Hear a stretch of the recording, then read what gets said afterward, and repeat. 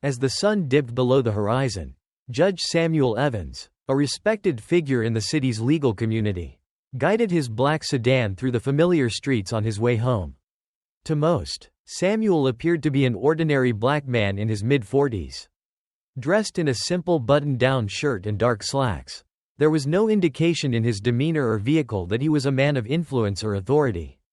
And Samuel liked it that way. He valued his privacy and relished the quiet moments he had alone.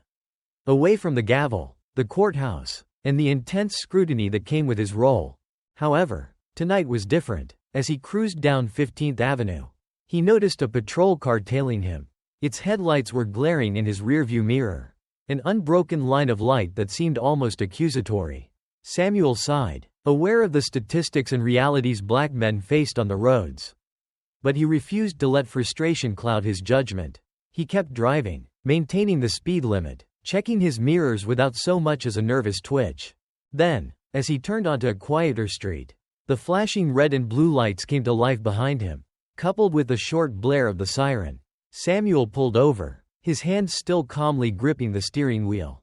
He knew this scenario all too well, both as a civilian and as a judge. However, he had always hoped that he would never experience it firsthand. He took a steadying breath as he watched two officers approach his car, one tall and burly, the other a bit shorter, with a steely gaze that spoke of skepticism and judgment. The taller officer, Officer Randall, tapped on the window. "License and registration," he ordered, his tone flat and unwelcoming. Samuel rolled down the window and smiled, a calm yet confident expression on his face. "Of course, officer. May I ask why I'm being pulled over?" Officer Randall scoffed. "You were driving suspiciously slow for this area," he replied, though his words seemed hollow even to him. "Hand over your documents." Samuel complied, maintaining eye contact as he passed his license and registration to the officer. The shorter officer, Officer Grant, hovered nearby, his hand resting on his holstered weapon, his gaze hardening as he assessed Samuel. The tension in the air was palpable. But Samuel didn't flinch. He knew better than to show fear or even irritation.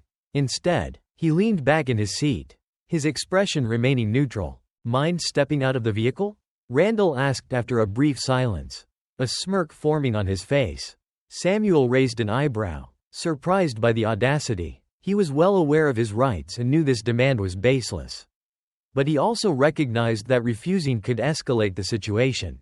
With a composed nod, Samuel unbuckled his seatbelt and exited the car, standing tall as he faced the officers. His eyes flickered with intelligence.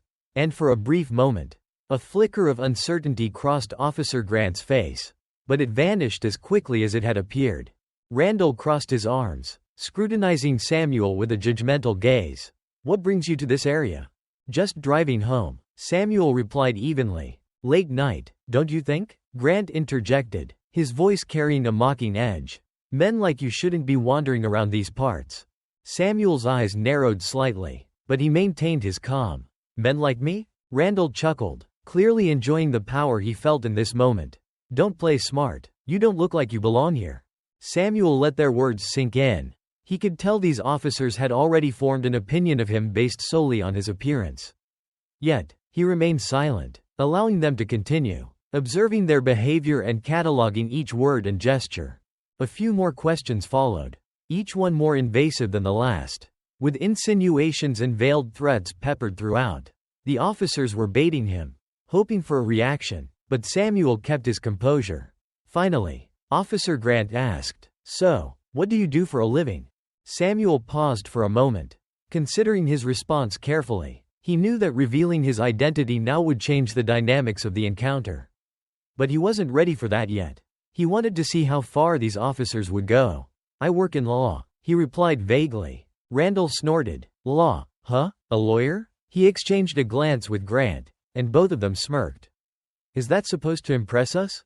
"No, not at all," Samuel replied smoothly. "Just answering your question." Grant took a step closer, his eyes narrowing. "Well, here's the thing, Mr. Lawyer. People like you think you're above the law.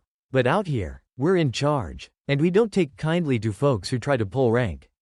Samuel felt a flicker of irritation but kept his tone level. "I'm not here to challenge your authority. I'm simply asking for fairness." Randall's expression hardened. Fairness? You think you're entitled to fairness? The weight of his words settled heavily between them. But Samuel didn't respond. Instead, he looked at the officer with a quiet, penetrating gaze that seemed to pierce through the facade of power Randall wore. The silence grew uncomfortable, and Grant shifted, casting a wary glance at his partner. Then, without another word, Samuel reached into his pocket and handed Randall his business card, his fingers steady and precise. Randall took it with a smirk, clearly expecting a meaningless title or company name. But as he read the words, his smirk faded. Judge Samuel Evans, Superior Court of the City. The color drained from his face, his confidence evaporating. For the first time since the encounter began, the power shifted. Randall's grip tightened on the card as he realized the gravity of his mistake.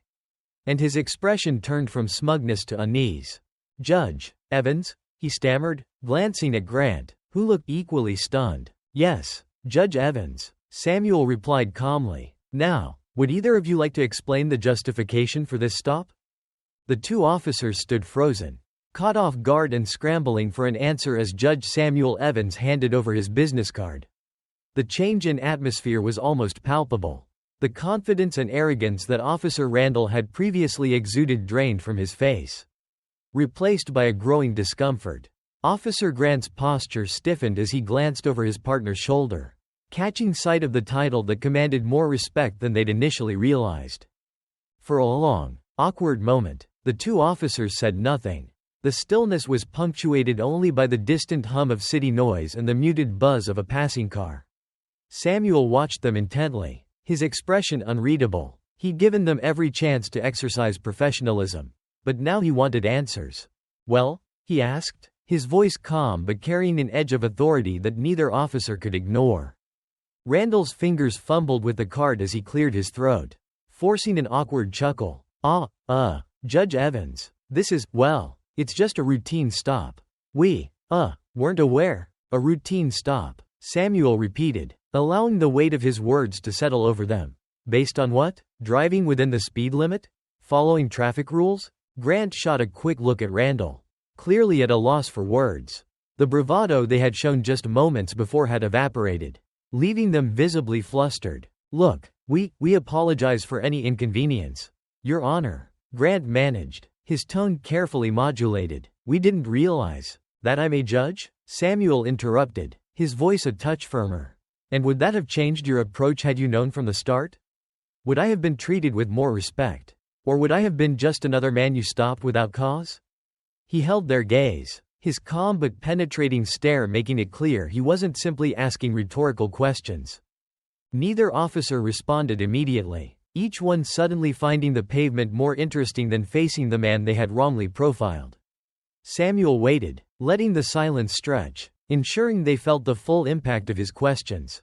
You know, Samuel continued after a beat, his voice even and thoughtful. I often see cases where power is abused, where authority is used not to protect but to intimidate. I'd hoped, perhaps naively, that such incidents would be far removed from my own life. Your Honor, Randall started, attempting to regain some semblance of control over the situation. We thought you looked, out of place here, and we were just doing our job by checking. Out of place? Samuel's voice was quiet, but the tone carried a dangerous edge. So tell me, Officer Randall, what criteria did you use to decide I didn't belong here? Was it the car I was driving? The clothes I was wearing? He paused, his eyes narrowing slightly. Or was it the color of my skin? Randall looked flustered, clearly struggling to respond. Grant, who had until now remained silent, shifted uncomfortably beside him, his hand dropping from his belt as though trying to appear less threatening. Judge Evans, please understand, we were just trying to keep the area safe. We didn't mean any disrespect. Safe? Samuel repeated, his tone laced with irony. You think stopping people without cause is a method of ensuring safety? How many others have you stopped tonight based solely on a feeling or a hunch? Grant hesitated, his gaze dropping. Your Honor, we really didn't mean any harm. Samuel looked at the two of them, his eyes assessing. Harm doesn't always come from malice. Sometimes it comes from ignorance, or prejudice, or just plain negligence. But harm is still harm. Randall shifted, finally breaking the silence. Look, Judge Evans, "We're sorry. We overstepped. It won't happen again." Samuel held up a hand, halting any further apologies. "This isn't just about me. It's about every person who might be stopped unfairly, judged without evidence, and left feeling helpless. You two have the power to change that. Starting with yourselves." The officers nodded slowly, the realization dawning on them that this encounter was far from ordinary. For the first time, they understood they were facing a man who not only commanded authority but also had a deep, unshakable commitment to justice. This was a man who would not brush off their behavior as a minor inconvenience. As Samuel continued, his tone softened, carrying the weight of a lesson he hoped they would take to heart. "The badge you wear represents a duty to uphold justice, not to wield it selectively. I hope this experience stays with you, and that you reconsider your actions when you meet someone else who might not look like your idea of belonging." Randall and Grant stood speechless, their previous hostility replaced by a reluctant respect. They nodded solemnly, realizing that this judge wasn't interested in simply embarrassing them or using his title to intimidate. He was teaching them a lesson they wouldn't soon forget. Samuel took a step back, signaling that their conversation was over. "Now, if there's nothing else, I'd like to continue my drive home." Grant cleared his throat. "Of course, Your Honor. You're free to go. We apologize again." Samuel gave a single nod, a faint hint of a smile on his lips. "Good evening, officers." As he returned to his car, he could feel their eyes on him, watching him with a mixture of respect and newfound caution. He slipped back behind the wheel, but he didn't immediately pull away. Instead, he took a deep breath, letting the tension of the encounter drain from his shoulders. He wasn't naive, he knew that encounters like these were all too common. But tonight, he hoped that perhaps he'd left an impression, that perhaps they would think twice the next time they saw someone who didn't belong. He started his car, glancing in the rearview mirror to see the officers still standing by the side of the road, watching him leave. And as he drove off, Samuel felt a renewed sense of purpose, a reminder that his work as a judge extended beyond the courtroom. That his role in fighting for justice was one that didn't end when he took off his robe. For tonight, he had planted a seed, and with any luck, it would grow into something that might one day bring about real change. As Samuel pulled away from the curb, he glanced once more in the rearview mirror, watching the figures of officers Randall and Grant grow smaller in the distance. His hands rested firmly on the steering wheel, but his mind was racing, weaving through a familiar labyrinth of thoughts and emotions. This wasn't the first time he'd witnessed prejudice up close, and it likely wouldn't be the last. He'd grown up with parents who taught him to stand tall in the face of injustice. His father, a quiet man with a profound sense of integrity, had often told him, "Samuel, respect isn't given, it's earned. And sometimes, you'll have to earn it from those who don't think you deserve it." Those words, though heavy, had carried him through the toughest moments of his life. They had shaped him into a man who was calm under pressure. A man who would fight for justice even when it seemed impossible. Tonight had been a stark reminder of that fight. Being a judge had its privileges and protections, but he knew those officers hadn't seen any of them. They hadn't seen the robe, the courtroom, or the accolades. They had only seen a black man in an unfamiliar part of town. And that had been enough for them to assume the worst. It was a reality that Samuel had hoped would change over the years but knew, deep down, was still an uphill battle. As he drove through the city streets, memories surfaced, cases he'd presided over, names and faces he would never forget. There was the young black man who had come before him, terrified and angry, after being stopped by police on the mere suspicion of looking suspicious. He remembered the woman who had cried on the witness stand, sharing how her teenage son had been followed by officers for walking too close to a store late at night. In each of those cases, he'd tried to deliver justice, hoping his verdicts would make even a small difference. But tonight, as the judge became the judged, he felt the weight of the system pressing down on him in a way he hadn't in years. Samuel's thoughts were interrupted by the vibration of his phone on the passenger seat. He reached over, glancing at the screen to see a message from his close friend and fellow judge. "Diane Porter. Diane. Did you make it home yet?" He tapped out a quick response, "On my way now." Had a memorable stop along the way. Almost instantly, his phone buzzed again. "Diane. Another one? Are you all right?" Samuel let out a small chuckle. Diane understood. She, too, had her share of confrontations. As a black woman and a judge, she was constantly balancing authority with caution, aware of the expectations and biases others projected onto her. Samuel replied, "I'm fine. Just another reminder of what we're up against." The phone was silent for a few moments before another message appeared. "Diane, you're stronger than most." "Samuel, but don't carry all of it alone." Her words struck a chord. Diane knew him well enough to recognize when he was taking on too much, letting the weight of others' expectations and judgments settle on his shoulders. Samuel sighed, putting the phone down as he turned onto a quiet street that led to his neighborhood. The rows of familiar houses brought him some comfort, a sense of grounding. He'd come a long way from his childhood days in a bustling, tight-knit community where everyone knew everyone else's business. Now, he lived in a neighborhood that was quieter, a place where his neighbors respected his privacy and treated him like just another resident rather than a judge. As he approached his driveway, Samuel's thoughts drifted back to the two officers. What would they make of this encounter? Would it stick with them, prompting self-reflection, or would they dismiss it as just another mistake, forgotten by morning? He knew he might never find out, but the hope lingered nonetheless. He wanted to believe that change was possible, even in small increments, even if he couldn't see it firsthand. As he parked and stepped out of his car, he took in the cool night air, letting it calm his mind. His gaze drifted up to the sky, where stars blinked faintly above, a quiet reminder of the vastness beyond his immediate struggles. The night felt peaceful here, distant from the confrontations and burdens of the day. And yet, even in this peace, he knew he couldn't ignore what he'd faced tonight. The weight of responsibility was too heavy, too ingrained in who he was. He walked to his front door, keys in hand, but paused before unlocking it. Standing there, he resolved to channel tonight's experience into something more.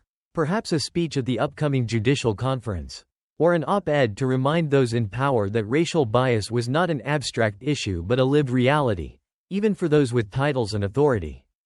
Entering his home, Samuel set his keys down on the entryway table, the silence of the house wrapping around him like a warm blanket. He headed to his study, where stacks of law journals, case files, and papers covered his desk. One of his latest projects was a report advocating for police reform, particularly regarding racial profiling. Tonight's experience only reinforced his commitment to the cause. Samuel sat down at his desk and flipped open his notebook, jotting down the evening's events while they were still fresh in his mind. He recorded every detail, every word exchange, every expression on the office's faces. This was his way of processing, of making sense of the world around him. He wanted to document this moment, not for retribution but as a reminder of the work that remained. Finishing his notes, he leaned back, eyes drifting to a framed photograph on his desk. It was a picture of him with his father, taken years ago at his law school graduation.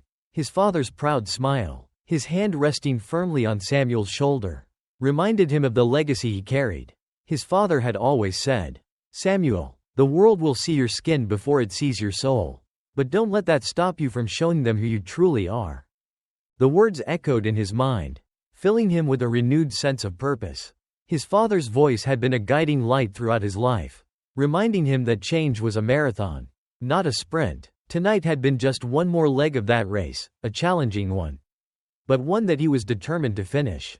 He took a deep breath, his resolve strengthening. Tomorrow, he would continue his work with even greater conviction. He would use his voice, his position, and his experiences to push for change, to speak out against the injustices that persisted even in places where justice was meant to prevail. And perhaps, in doing so, he could ensure that future generations wouldn't have to fight the same battles he did. As he turned off the light in his study, Samuel felt a sense of calm settle over him. The road ahead was long, but he was ready the next morning. Samuel sat in his chambers, his mind still circling around the encounter from the previous night. He had filed a formal complaint about the officers with the department first thing, detailing the unlawful stop and the office's conduct. He knew his influence would ensure a thorough investigation. But Samuel wasn't looking for revenge, he was after accountability, change, and the integrity of the very system he had dedicated his life to. Hours passed, and just as Samuel was settling into his afternoon cases, his assistant, Emily, knocked lightly on his door. "Judge Evans," she said, leaning in. There's someone here to see you. He says it's urgent. Samuel glanced up, surprised. Did he say who he was? It's Chief Reynolds from the police department, she replied, her face showing a hint of curiosity. He looks nervous. Samuel felt a ripple of satisfaction beneath his usual calm demeanor. The chief himself, coming in person. It was a promising start. He stood, smoothing his robe before gesturing for Emily to send him in. A moment later, Chief Reynolds entered. He was a tall, imposing man with a graying beard, his face lined from years of duty. But today, there was an unmistakable tension in his eyes as he took a seat across from Samuel, folding his hands over his lap with an almost apologetic posture. Judge Evans, the chief began, his voice low. I received your complaint. I wanted to come to you personally to address it. Samuel nodded, his gaze steady. I appreciate that, Chief. I'd like to hear what you plan to do about Officers Randall and Grant. Reynolds hesitated, a glimmer of discomfort crossing his face. Judge, these officers have been with the department for years. They've received commendations. And, this isn't typical behavior for them. Is that so? Samuel replied, his tone cold but controlled. Because what they exhibited last night was far from commendable. They profiled me, questioned me without cause, and implied that I didn't belong in my own city. This behavior isn't just about me, Chief. It's about everyone else who doesn't have the title of judge to shield them. The chief's shoulders slumped slightly, and he nodded, realizing the gravity of the situation. I understand, Judge. Believe me, this isn't something I take lightly. I've already initiated an internal review of their conduct. An internal review? Samuel's eyebrows lifted slightly, his voice measured but unyielding. Chief, I'm well aware of how often internal reviews end with officers returning to the streets with little more than a slap on the wrist. I need assurances that this will be different. Reynolds exhaled, his hands fidgeting as he chose his words carefully. Judge Evans, I know you have every right to be upset. And yes, our system has its flaws. But I promise, this will be a thorough investigation.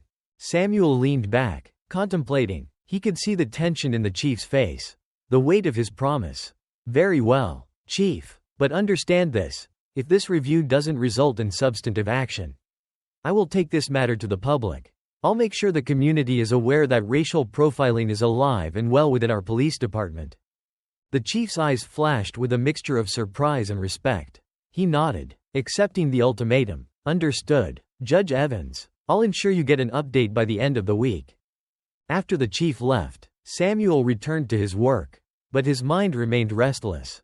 He'd laid the groundwork for accountability. But he knew that change was rarely straightforward. As the day wound down, he received an unexpected phone call. It was Diane, his friend and fellow judge. Samuel, I just heard about your little run-in with the police, she said, her voice a mix of concern and curiosity.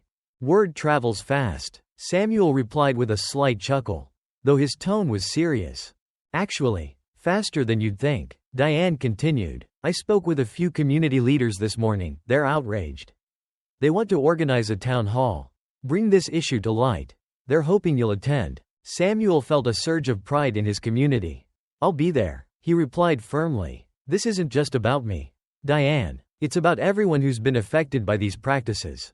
Good, she said, her voice resolute. Then let's make sure this doesn't get swept under the rug. That evening, Samuel arrived at the community center, where the town hall was set up.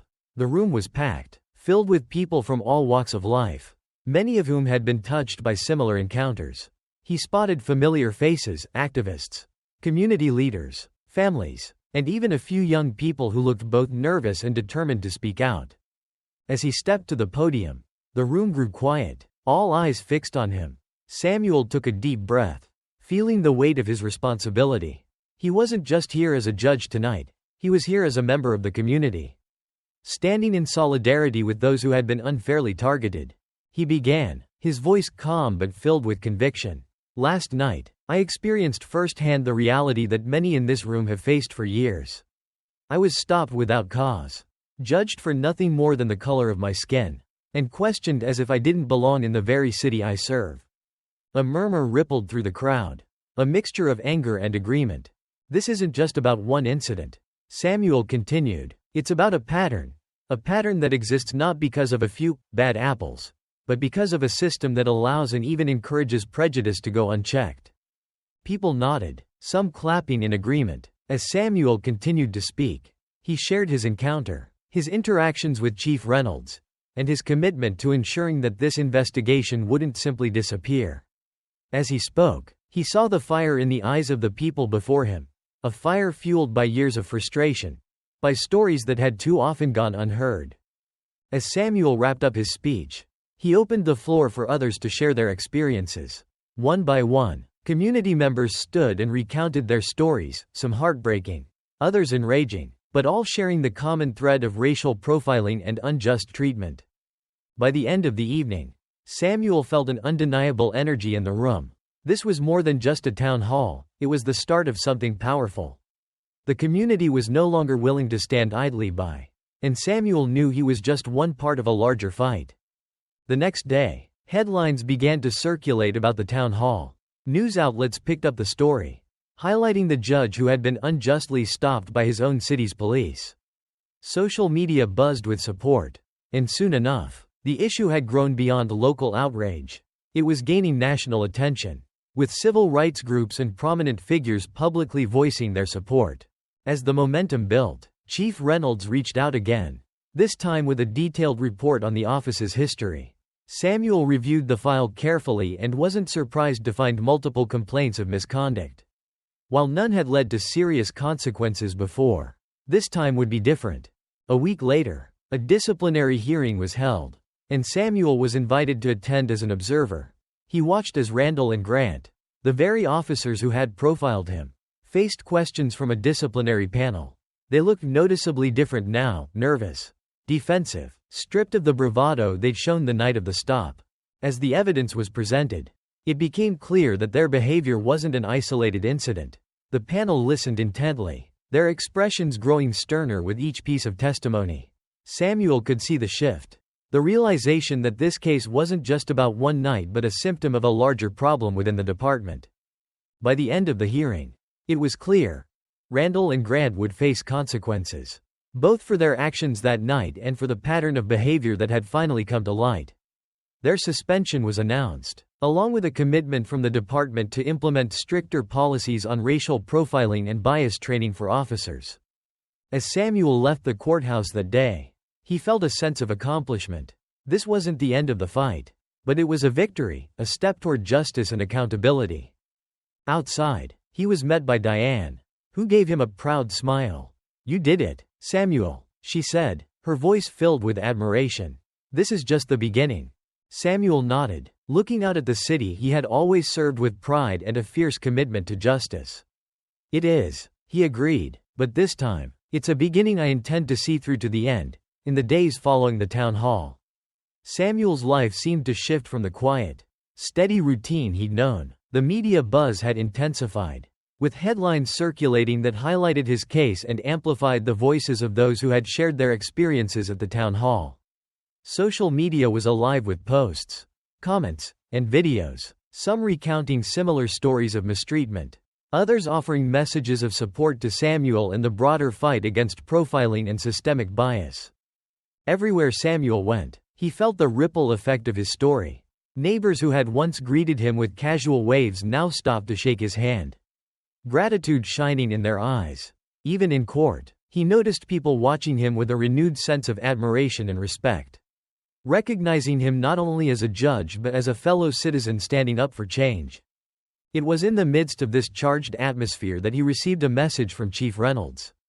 The disciplinary hearing for officers Randall and Grant was scheduled for the end of the week, and the chief invited Samuel to attend as an observer, a gesture of transparency and accountability. On the day of the hearing, Samuel arrived at the police department's headquarters, feeling a mixture of anticipation and purpose. The hearing room was quiet as he entered, yet the tension was thick in the air. Chief Reynolds nodded to him from across the room, and Samuel could see the chief's resolve mingled with a hint of apprehension. The chief was well aware that this hearing wasn't only about the two officers in question but was a litmus test for the department's commitment to reform. Randall and Grant sat at a table in the center, their expressions starkly different from the smugness they'd worn on the night of the stop.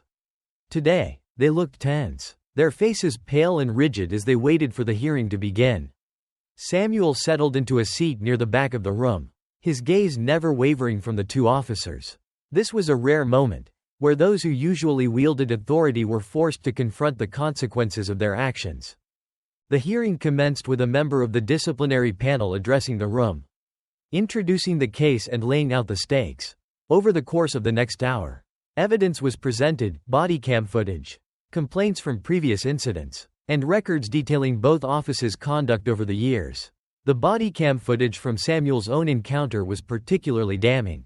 The panel watched with grave expressions as the video showed Randall's condescending sneer, his dismissive comments, and the moment when Samuel's identity was revealed, transforming the officer's demeanor from aggressive to flustered. When it was time for the officers to testify, Randall went first. He looked visibly shaken, and his voice was subdued, lacking the confidence he'd displayed during the stop. "Your Honor, members of the panel," he began, swallowing nervously. I admit that we may have misjudged the situation that night. We were doing what we thought was best for public safety. But, in hindsight, we could have handled things differently." Samuel listened, unmoved by Randall's attempt to minimize the incident. He knew that what had happened wasn't a matter of poor judgment but a clear-cut case of bias. And as the panel continued to question Randall, it became evident that they, too, were not buying into his half-hearted excuses. When it was Grant's turn to speak, he shifted uncomfortably in his seat, his eyes darting toward Samuel. "Judge Evans," he began, his voice barely above a whisper, "I didn't mean any disrespect. We've always been taught to be vigilant, to protect the community. Maybe we took that too far." The panel members exchanged glances, one of them finally addressing the officers directly. "Officers, what you displayed that night was not vigilance. It was profiling, plain and simple. We have complaints from other citizens as well. Individuals who didn't have the power or position to hold you accountable. This is not a single incident, it's a pattern." The words hung in the air, heavy with truth. Samuel watched as Randall and Grant seemed to shrink, the weight of their actions bearing down on them. He felt a strange mix of satisfaction and sadness. He'd achieved a measure of justice. But he couldn't forget that countless others had endured similar experiences without recourse, their voices unheard. As the hearing neared its conclusion, the panel announced their decision. Both officers would be suspended without pay pending further training and evaluation. They were also ordered to undergo a series of workshops on bias and community relations, part of a broader reform initiative the department was adopting. Samuel could feel a collective sigh of relief in the room. Justice, while not fully served, had at least made its presence felt. And yet, he knew this wasn't enough. The suspension and retraining of two officers didn't address the systemic issues that allowed these behaviors to persist in the first place. After the hearing, Chief Reynolds approached Samuel outside the building, his face solemn. "Judge Evans," he began, hesitating as he searched for the right words. "I hope you understand, this wasn't easy for the department. But I want to thank you. This needed to happen." Samuel nodded, his expression thoughtful. "I appreciate the steps you're taking, Chief. But there's a long way to go. These officers aren't anomalies. There are others out there who feel empowered to act as they did. And as long as the system protects them, change will be slow." Reynolds nodded, his gaze serious. "I know. We're working on additional reforms, anti-bias training, stricter oversight, and more transparent complaint procedures. This case has forced us to confront some hard truths." "Good," Samuel replied, his voice firm, "because people won't forget this. Chief, they're watching, and they're expecting real change." As Samuel walked away, he felt the weight of responsibility settle over him once more. He knew his role didn't end here. He'd become a voice for a community long ignored, a symbol of the demand for justice. And he couldn't let them down. A few days later, Samuel was invited to speak at a rally organized by several community leaders. The gathering was held in a park, where hundreds had gathered, their faces alight with hope and determination. As Samuel took the stage, he looked out over the crowd, seeing familiar faces and new ones alike, students, activists, parents with their children, people from every walk of life who had come together with a common purpose. He took a deep breath, steadying himself before he began. "What happened to me could happen to anyone," he said, his voice resonating over the crowd. But what's different this time is that we are not silent. We are here, together, demanding change, demanding accountability. This isn't about revenge or anger, it's about ensuring that our institutions serve all of us equally. That justice is more than a word. A roar of applause filled the park. And Samuel continued, speaking of the need for reform not only in their police department but throughout the country. He called for unity, for vigilance, for a collective commitment to creating a world where no one had to fear for their safety because of the color of their skin. As he finished, the crowd erupted into cheers, their voices rising like a wave.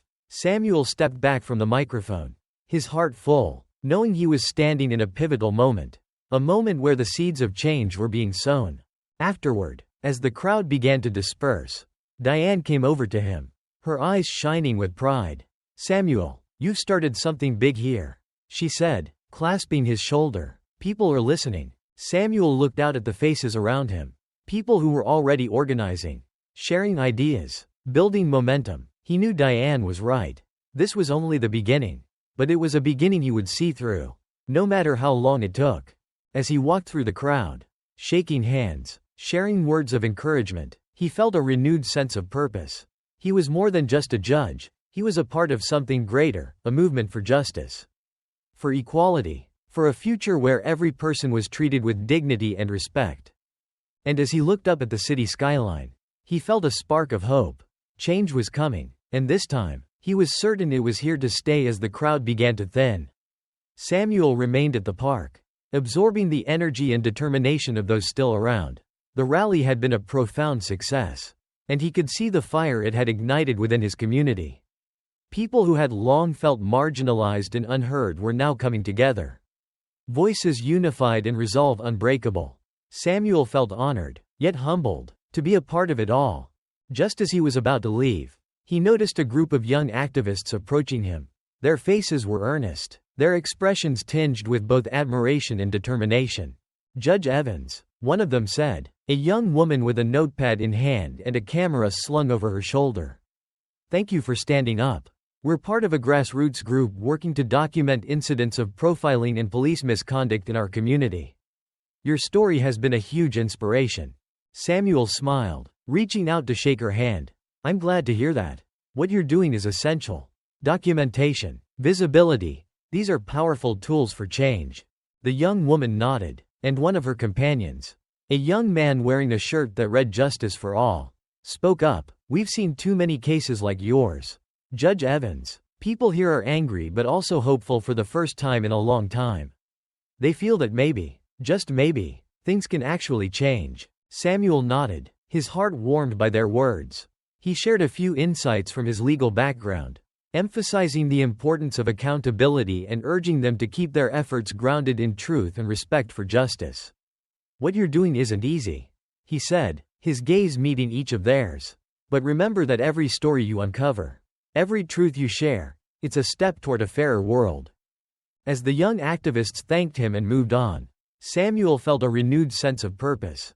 This fight wasn't just his, it was a collective effort, with people from all walks of life standing together against injustice.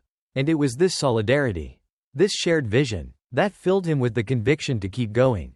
That night, as Samuel returned home, he found himself restless, unable to fully shake the weight of everything that had transpired. He sat down at his desk, where stacks of legal documents and case files awaited him, a testament to his dedication to the law.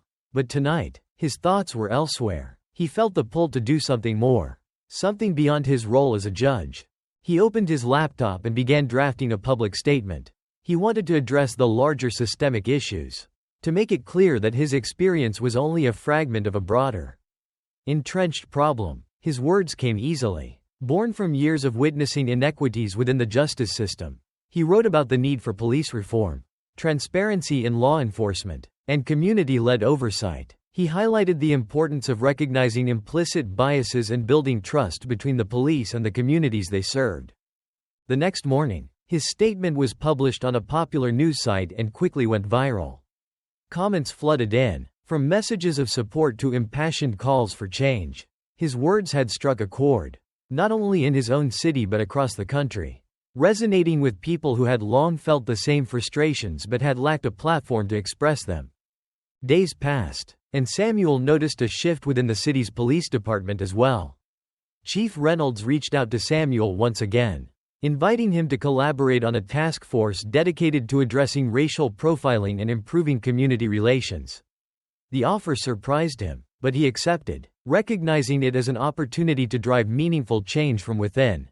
The task force meetings were tense at first, with law enforcement officials and community representatives bringing vastly different perspectives to the table.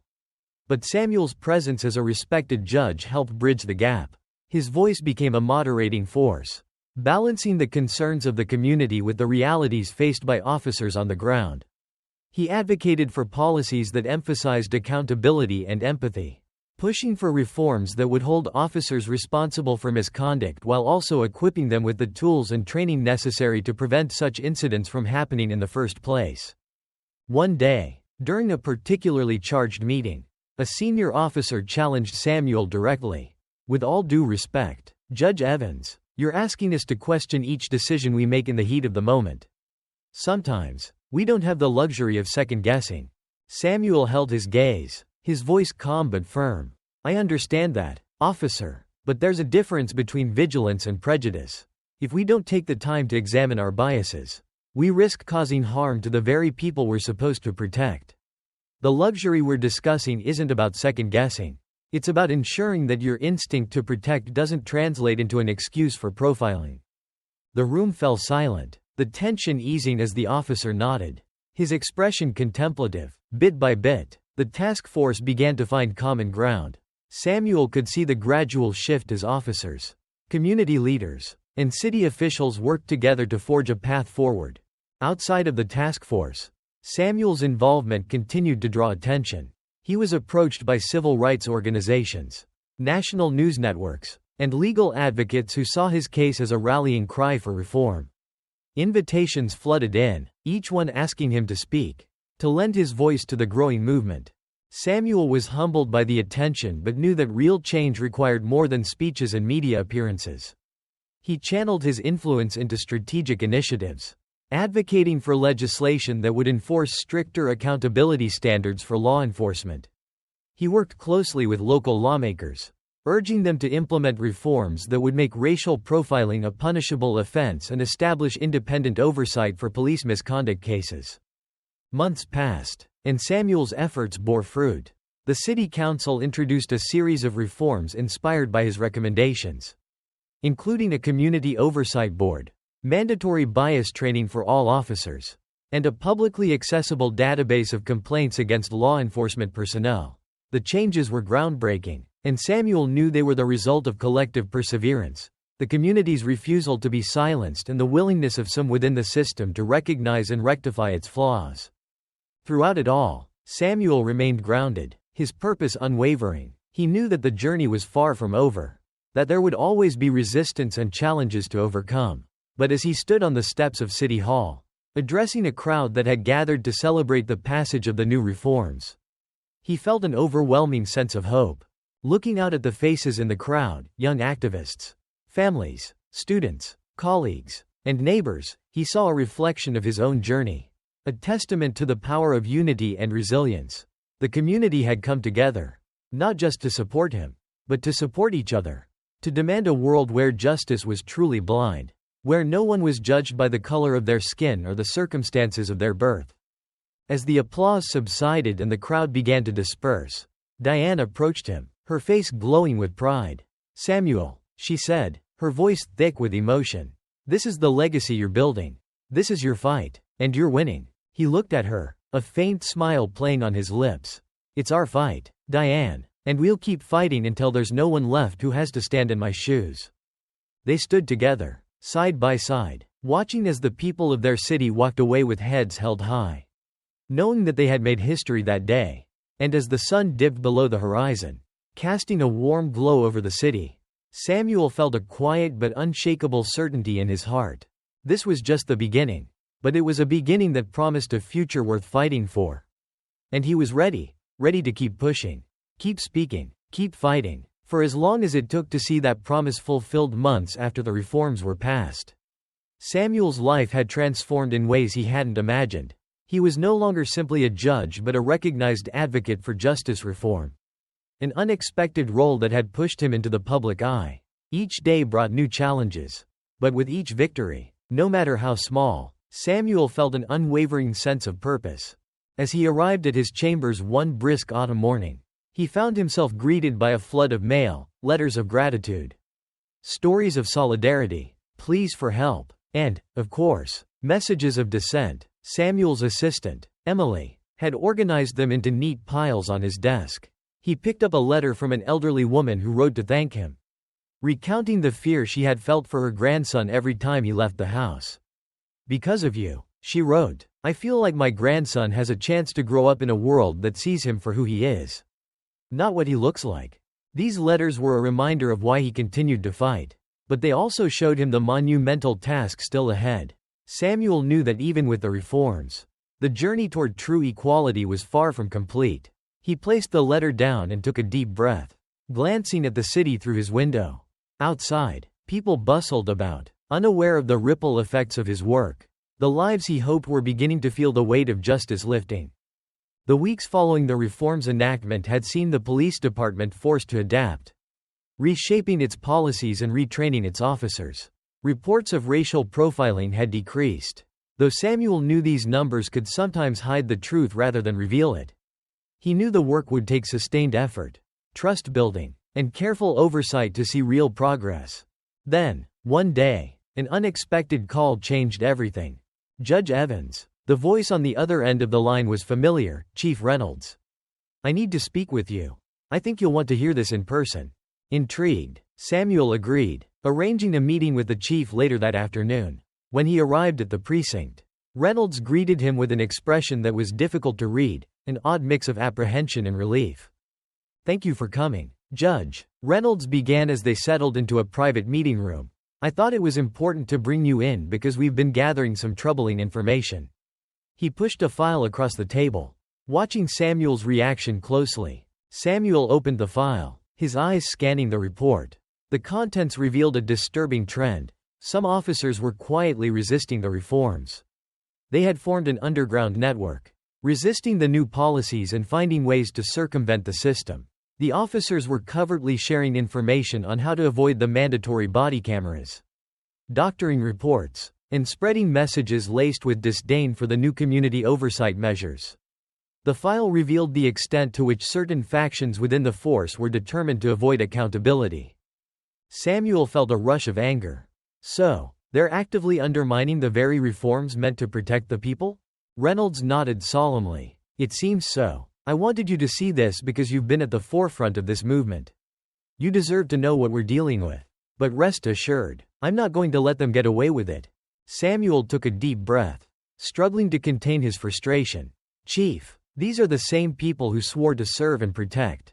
If they're openly defying these reforms, it's a direct threat to the public trust. We cannot allow this." Reynolds nodded, his expression hardened. "I agree. I'm planning a full investigation into this network. We're going to root out everyone involved and hold them accountable. But it's going to be a long, difficult process." Samuel's gaze was steady. "I'll support this investigation in any way I can. This is a test of our commitment to justice. We can't back down now." The following weeks were intense. Reynolds's internal investigation uncovered the depth of the resistance, revealing that even some high-ranking officials were involved. Public trust wavered as the news of the investigation leaked, and community members began to question whether the reforms would hold. Samuel attended press conferences, town halls, and community forums, standing by Chief Reynolds as he assured the public that these rogue officers would face justice. But the strain of these events began to weigh heavily on Samuel. Each day brought new revelations of betrayal, each story a reminder of how deeply entrenched bias could be. He spent long nights poring over legal cases, brainstorming solutions with Diane and a coalition of civil rights lawyers who had rallied to his side. Together, they began drafting new legislation to protect and strengthen oversight committees, laws that would prevent future abuses of power. One evening, Diane stopped by his chambers with a weary but determined look in her eyes. She placed a thick stack of documents on his desk. "These are the cases we've been reviewing," she said. "Each one highlights a different loophole or oversight issue. We need to address these head-on if we want real, lasting change. Samuel looked at her with gratitude, recognizing how deeply she'd invested in this fight. Diane, I couldn't have done any of this without you, he admitted, his voice low. You've stood by me through every battle, every setback. Thank you. She placed a hand on his shoulder, her gaze fierce. Samuel, this isn't just your fight. It's ours, and we're going to see it through. Together, they began working late into the night, drafting what would become a landmark piece of legislation designed to fortify the city's commitment to justice and transparency. It called for independent monitors with the authority to investigate misconduct, protections for whistleblowers, and mandatory community involvement in policy decisions. It was an ambitious proposal, but one that Samuel and Diane believed would create a foundation for true accountability. The bill was introduced to the city council with overwhelming support from the community. Though it faced resistance from some within law enforcement, public hearings were held, and Samuel took the stand, giving an impassioned testimony that detailed not only his personal experiences but also the larger implications for a society that failed to protect its citizens equally. Our responsibility, he said, his voice resonating through the chamber, is not only to uphold the law but to ensure that the law upholds every person. Without exception, we cannot build a society on selective justice, where some are protected while others live in fear. This bill isn't just legislation. It's a promise to our communities that justice will be real, accessible, and unbreakable. The council chamber erupted in applause. And as Samuel took his seat, he felt a renewed sense of purpose. He looked out at the faces in the crowd, seeing not only community members but also young people, activists, and even some officers who had come to support the reforms. The tide was shifting, and Samuel could feel the momentum building. When the council finally passed the bill, it marked a historic victory. News outlets across the country covered the story, celebrating the city as a model for justice reform. Samuel's role as a judge had transformed into that of a leader, an icon in the fight for equity and accountability. The reforms rippled outward, inspiring similar legislation in other cities. Leaders from around the country reached out, eager to learn from his city's journey, seeking guidance on how to replicate the change Samuel had helped bring about. But Samuel knew that his work wasn't finished. He continued to serve on the Community Oversight Board, attended town halls, and remained accessible to those who needed him. The rogue officers had been removed from the force, and new recruits were held to stricter standards. The city was healing, but Samuel remained vigilant, aware that progress required constant attention and care. One evening, he returned to his chambers and found another letter waiting for him. It was from a young man who had attended one of his rallies, a law student who had been inspired by Samuel's journey. Dear Judge Evans, the letter began, your courage and dedication have shown me what it truly means to serve justice. I'm studying law now, and I hope to one day follow in your footsteps, to fight for a world where justice serves everyone. Thank you for being a light in dark times, for reminding us all that change is possible. Samuel sat back, a warm smile spreading across his face as he read. The letter was a reminder that his work, though arduous, had created a legacy, a movement that would inspire the next generation to continue the fight. As he looked out over the city, Samuel felt a deep sense of fulfillment. His journey had taken him from a man confronted by prejudice to a beacon of hope for justice reform. And though there would always be challenges, he was ready to face them, his commitment unshakable, his resolve unwavering. In that moment, Samuel knew he had found his purpose. He was more than a judge, more than an advocate, he was a guardian of justice, a protector of hope, and a voice for the voiceless.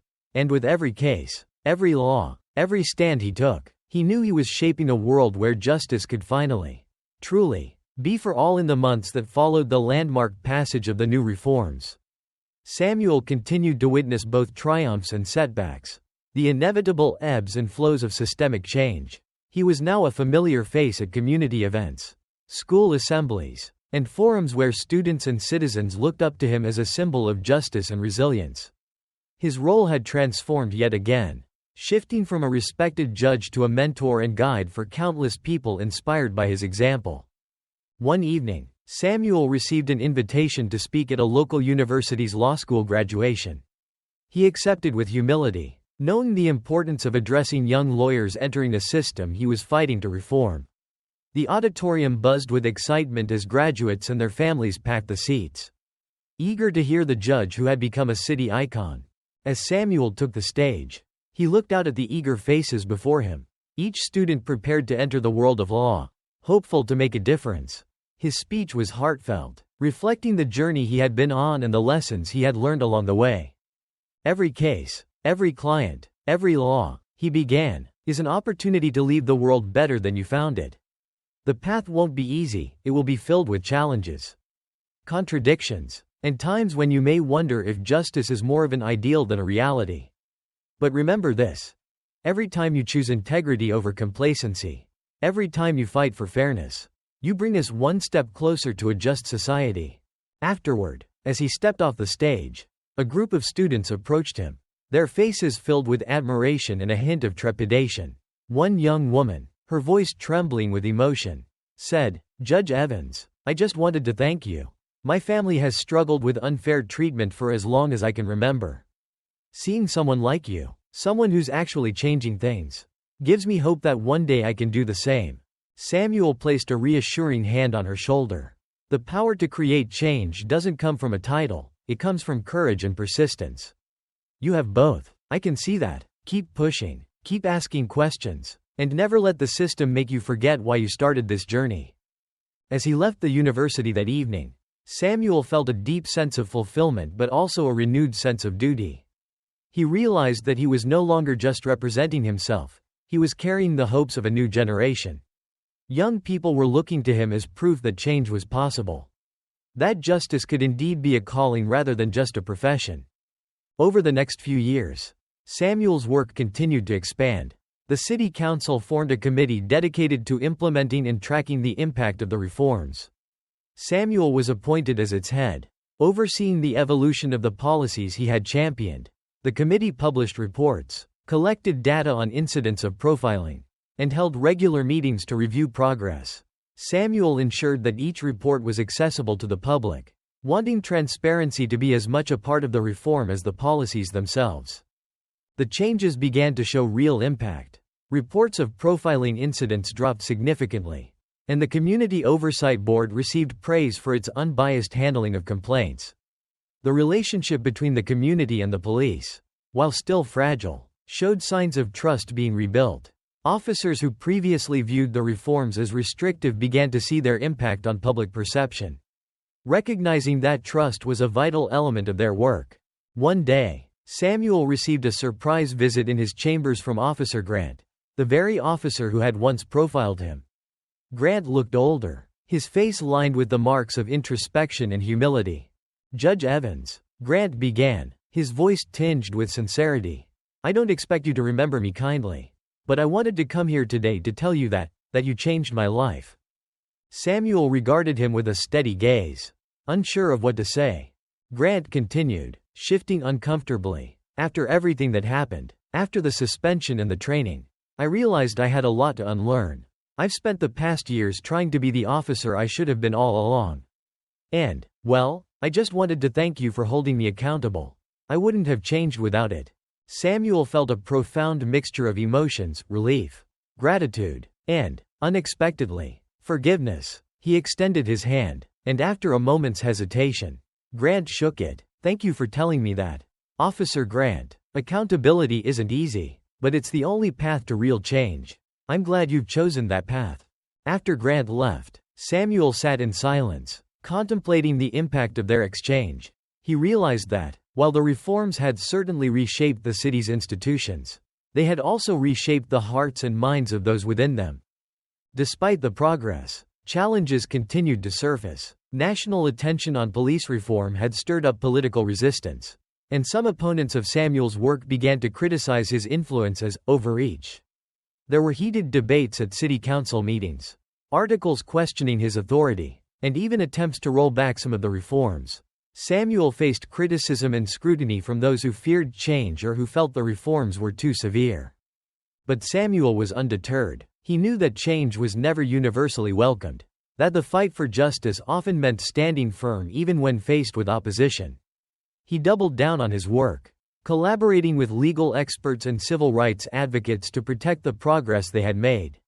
He continued speaking out, holding press conferences, and issuing statements that underscored the need for transparency and accountability. One night, as he reviewed yet another report from the Oversight Board, he received a call from Diane. Her voice, though weary, carried a warmth that always put him at ease. "Samuel," she began, "I was just thinking about everything we've done. Everything you've accomplished. Do you realize the impact you've made?" Samuel chuckled, brushing off the praise as he always did. "It's not about me, Diane. It's about the community. The people who believed in this change and pushed for it. Yes, but you were the catalyst. You were the one who turned an unfair encounter into a movement. I just want you to know. I'm proud of you, Samuel. You've given this city hope." They spoke for a while longer, sharing memories of their journey and reflecting on the battles they had fought together. As Samuel hung up, he felt a sense of gratitude for friends like Diane who had stood by him, reminding him that even in the hardest moments, he was not alone. The next morning, Samuel arrived at his chambers to find an envelope waiting for him. Inside was an invitation to a national conference on justice reform. His name was listed as a keynote speaker, alongside renowned activists and legal scholars. The invitation noted that he had been chosen for his unwavering commitment to justice, equality, and reform. As he held the invitation in his hands, Samuel felt a surge of emotion. He had never sought fame or recognition. His purpose had always been rooted in a desire to make things right. But this invitation felt like a validation, a reminder that his work was reaching beyond the city limits, inspiring others to join the cause. The day of the conference arrived, and Samuel stood on a stage in front of hundreds of attendees. People from across the country had gathered to hear him speak, to learn from the man who had not only upheld the law but reshaped it. He spoke of his journey, the struggles, the victories, and the lessons he had learned. His words resonated with the audience, his story a testament to the power of resilience and the belief that one person could indeed make a difference. As he concluded his speech, he looked out at the faces in the crowd, seeing the hope and determination in their eyes. They were the future, the ones who would carry the torch, ensuring that the work he had begun would continue long after he was gone. Samuel returned home that night with a sense of peace he hadn't felt in years. His journey had been arduous, filled with unexpected turns, but it had led him to this moment, a moment where he could look back and know that his life's work had created a legacy of change. In the years that followed, Samuel continued his work, mentoring young lawyers, advocating for justice reform, and serving as a steady voice for equality. His city became known as a model of progressive reform, a place where the seeds of change had taken root and flourished. And through it all, Samuel remained grounded, guided by the principles that had always defined him: integrity, justice, and an unwavering belief in the power of compassion. As he neared retirement, Samuel looked out over the city he had served and transformed. The skyline was the same, but the people, the spirit of the city, they were different. He knew that the work was far from over, but he also knew that the foundation had been laid, that others would continue to build upon it. In the quiet moments of reflection, he thought back to the journey that had brought him here, from a routine traffic stop to a movement that had reshaped the city. He thought of his father's words, of Diane's unwavering support, of the community that had rallied behind him, and of the young people who would take up the cause. Samuel Evans had become more than a judge. He had become a beacon of hope, a symbol of resilience, and a reminder that justice, though often elusive, was always worth fighting for. And as he took one last look at the city, he smiled, knowing that his legacy would live on in every life he had touched, in every change he had inspired, and in every heart that believed, as he did, in the promise of a better world.